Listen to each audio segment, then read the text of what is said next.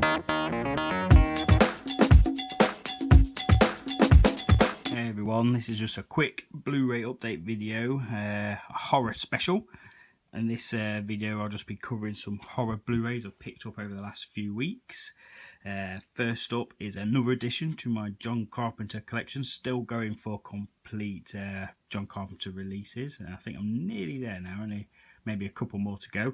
But anyway, this edition is Body Bags. So it was a TV movie back from 1993, I believe, because it's of 3 stories. I think of a baseball player, I think one's about a hair transplant and the other one's about a serial killer.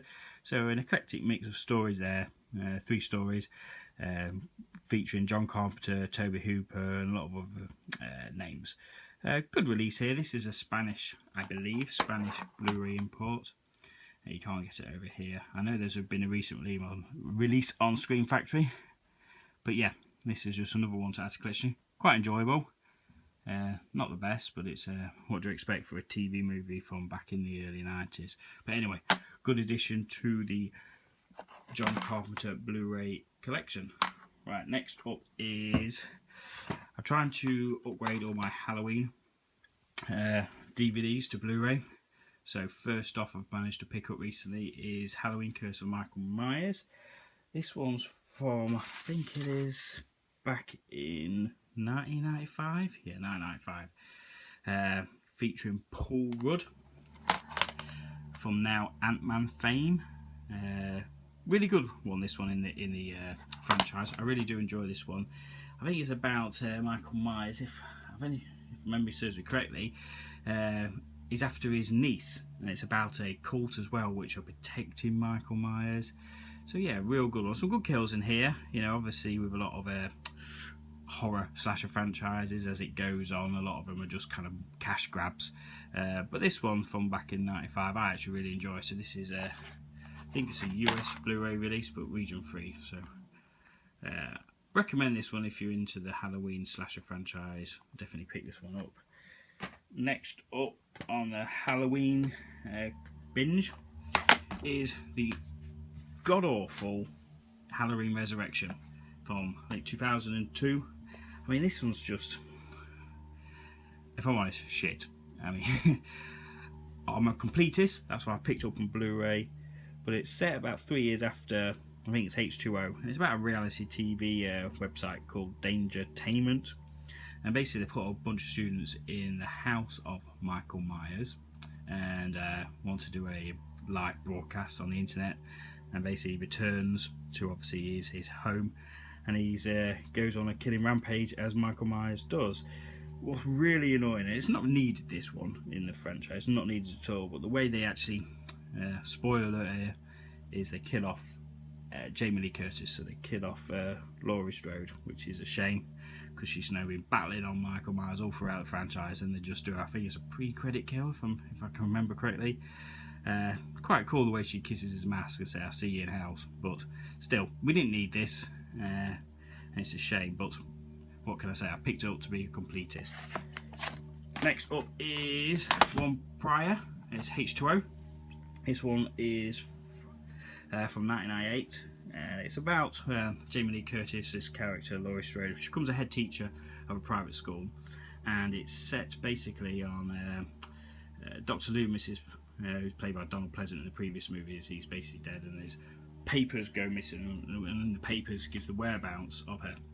And basically, Mike Myers has obtained these, and he comes back to seek revenge. It's based 20 years on the anniversary of the first movie, so quite good. I mean, this was kind of from the era when slasher started to become popular again, probably from the Scream onwards, like Scream, Urban Legend, and I Know What He Did Last Summer. So it has that kind of tone to it. You can see it's Josh Hartnett, Michelle Williams from kind of Dawson's Creek fame. But yeah, I actually really enjoy this one for the franchise. I think it's a solid addition, solid release for the franchise. You know, got some jump scares, typical jump scares, got some kills, but yeah. So that's added to the collection. This is just a German import, just if you want to know, so you can pick that one up. Next is the Rob Zombie remake of the original. I think this one is great. Second one's nowhere near as strong, the Rob Zombie Halloween 2, but the first one, the original, the beginning, if you want, this is, I think it's Spanish or French, no, Italian. There we go, Italian release. You can just see there. I think it's great. It's strong. It's dark. The opening sequence and how the child Mike Myers, how he becomes the infamous killer we know today.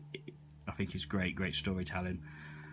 And I just think, especially the opening scene when he kills his sister, the infamous scene with the mask and knife, is really brutal when she's crawling away and he's just going at her. So I really like the Rob Zombie remake. I know it gets a bit of mixed opinions out there, but as a remake, reimagining, whatever you want to call it, I think it's a solid addition to the franchise of Halloween. Okay, next is a remake of a Wes Craven classic, and that is The Hills of Eyes. This one is from 2006, so it's a remake, like I said, of the original. And this, I've got to say, when remakes come, there are some remakes are crap. Amityville Horror, for example, is one that jumps off the top of my head. I cannot stand that one. And there are lots of other horror remakes which are poor. But there are occasionally the select few which are strong. And I have to say, like in my previous video, I showed The Crazies. The Hills of Eyes is another strong addition to the remake. I think this film is refreshing. I think if you've not seen it, if I was to describe it, it's basically about a family who go take a detour on a desert route, and they break down, and from that they are stalked and killed by some local inbred cannibals. It's brutal. I really stick by that. I think it's brutal, vicious.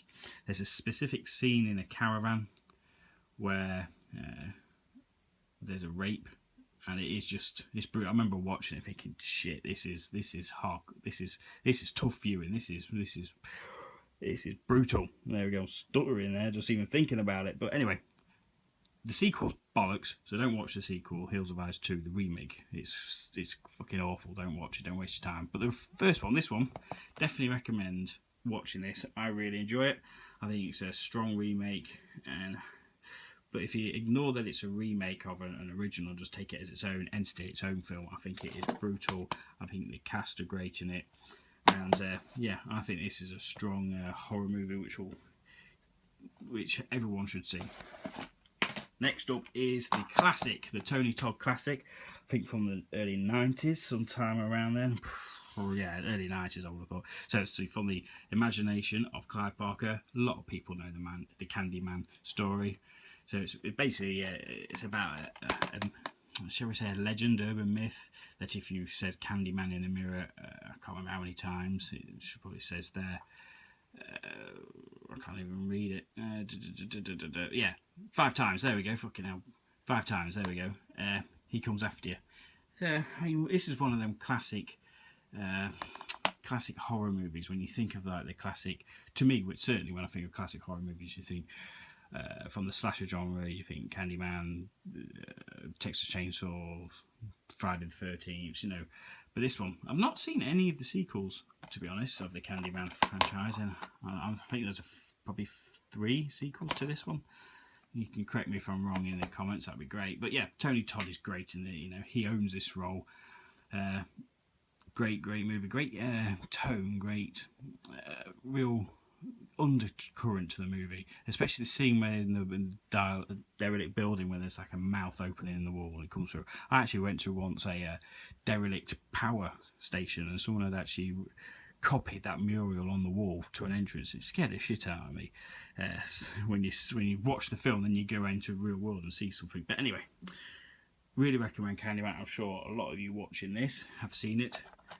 Next up is the original Fright Night. This is a German import because you can't get it over here in the UK. I know there's a Twilight Times, I believe. Twilight Times, bloody expensive US release. So this is from, 85 I think it is? Yeah, 1985. It's basically, I'll sum it up, it's basically about a young boy and a vampire moves in next door. And it's about how he proves to his friends and family to prove that there is a vampire next door, and it's all about. But it's one of those classic horror movies, and which doesn't age. They've done a remake starring Colin Farrell, and to be honest, it's not too bad. I can watch it, but if you have a choice, I always go back to the original. And as a vampire movie, I think it's one of the best vampire films made. And to me, it doesn't age. It's just one that it'll always be a classic movie. Look at that, brilliant.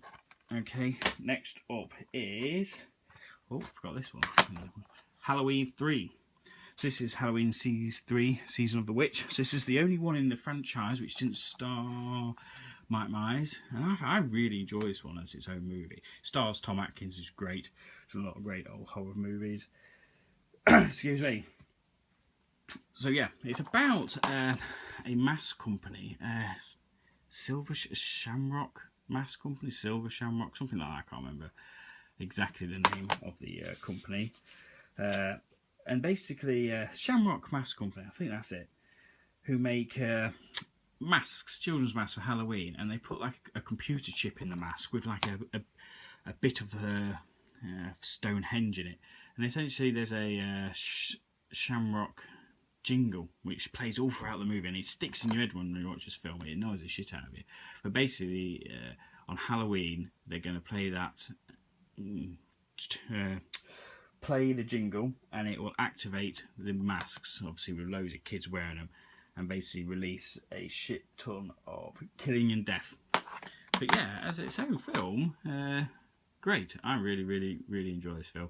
I know a lot of people, when it came out, was like, oh god, it's not Michael Myers, and had to go back, and I think number 4 put Michael Myers back in. But as a Halloween movie, I think it's a good enjoyable watch. Next up is Hatchet, Adam Green's Hatchet. I think this, the original Hatchet, is great.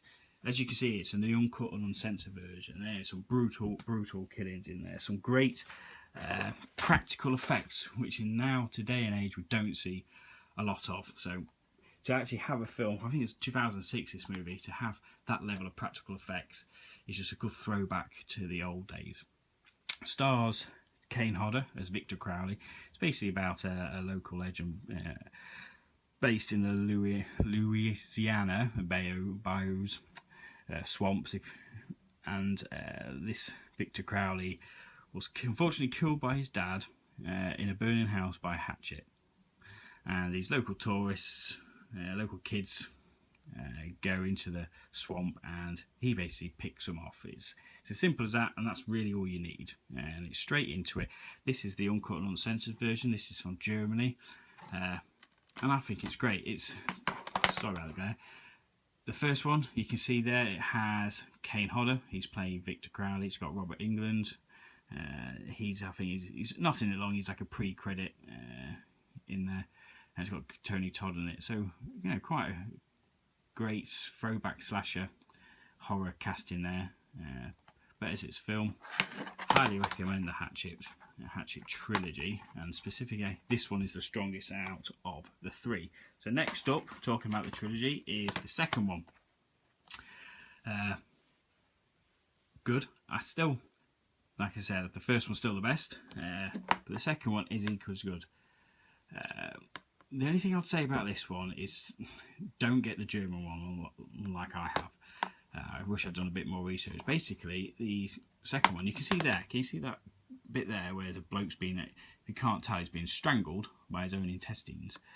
This movie is cut to shit. It is. I think it's about 5 to 7 minutes. Can't remember completely. Cut to the British release. So what I've done, I'll show you, is I actually had DVD, and I thought, well, I'll get the box set. It was only cheap from Amazon Germany, and it's that cut, it ruins the film. It really does. There are some great scenes in it, some kill scenes. I remember watching it when I got it, and I was like, that's not fucking right, that's not right. And the cuts, the way they've edited and had to cut the scenes, really takes you out of it. You think, well, wait a minute, he wasn't even in that scene, or he didn't even have the hatchet. Anyway, it really spoils it. So that's why I've put my DVD in there. Well, I know that the UK has a Blu Ray release, so I will replace that one at some point, but for the moment, I'll just keep it as a double pack. So, Hatchet 2 is a good, enjoyable slasher film. The German release of Hatchet 2, bollocks, don't buy it. And unfortunately, the same goes with Hatchet 3, German release. Again, it's the theatrical version, like number 2. So it is cut, and again, all the great kills are cut, and it really does ruin the viewing experience. You can see there stars Daniel Harris from Halloween fame. I think number 4 is when she entered that Halloween fame. She's also done a great I can't remember now, I've lost it, I can't remember what film she's been in recently as well. See No Evil 2 with Kane. I really enjoyed that film, and she's in that. But anyway, so again, really cut. So again, for the time being, I'll put my UK DVD in there. I don't think it's got a UK Blu Ray release, so I know it's got a US release, so I might pick it up. I'm really disappointed with this release. It's a great movie, and the way they've cut it, like I keep saying, it really does spoil the enjoyment of the film and take you out of it. Maybe if you haven't seen the uncut version, you'd enjoy it. You definitely enjoy it, but because I've seen the uncut version, I know where the kill should be, and when it cuts it, you think, what the fuck? Where's the arm ripping off? You know, I want to see his arm. I want to see his face smashed in by a hatchet, and it doesn't. And I don't know why. It's really disappointing, especially when the first one, I think, is more gruesome, and that's completely uncut. Anyway, last but not least on this quick video is the Arrow. I can't have an update without an Arrow title in there, of Bloodbath. So this is, I've not seen this one yet. It's a collection of, it's a 1966 movie, and there's, just reading the back and reading a bit about it, it's 4 versions of this film. It sounds like it was firstly made, and then it was farmed out, I think maybe because of success or whatever, and redone and re-edited by 4 different directors. One of those is being Jack Hill, who's done The Great Spider Baby. So yeah, interesting to watch this one. I think I'll like to watch them all and see the differences, but I'm intrigued to see how one film, when it's been then re-edited and more footage shot by different directors, and I'm interested to see how different they could be, the actual final product. So yeah, great release by Arrow. You can still get this. You can see here you get your standard Amaray case in there, and you've also got then a poster, which is I think of the original artwork, and there's a booklet which I need to read through. I think I'll read through that before I actually watch them, and it explains all about how the film was then became 4 different versions, and I think they've actually got 4 different titles, but ultimately it's Bloodbath. So anyway, quick update there of horror Blu-rays I've picked up over the past few weeks. So I hope you enjoyed the horror special. I'll be back in the next few weeks with some more pickups of films. I hope you're enjoying this. If not, if you haven't already, please like, subscribe, comment, and I'll see you next time. Peace.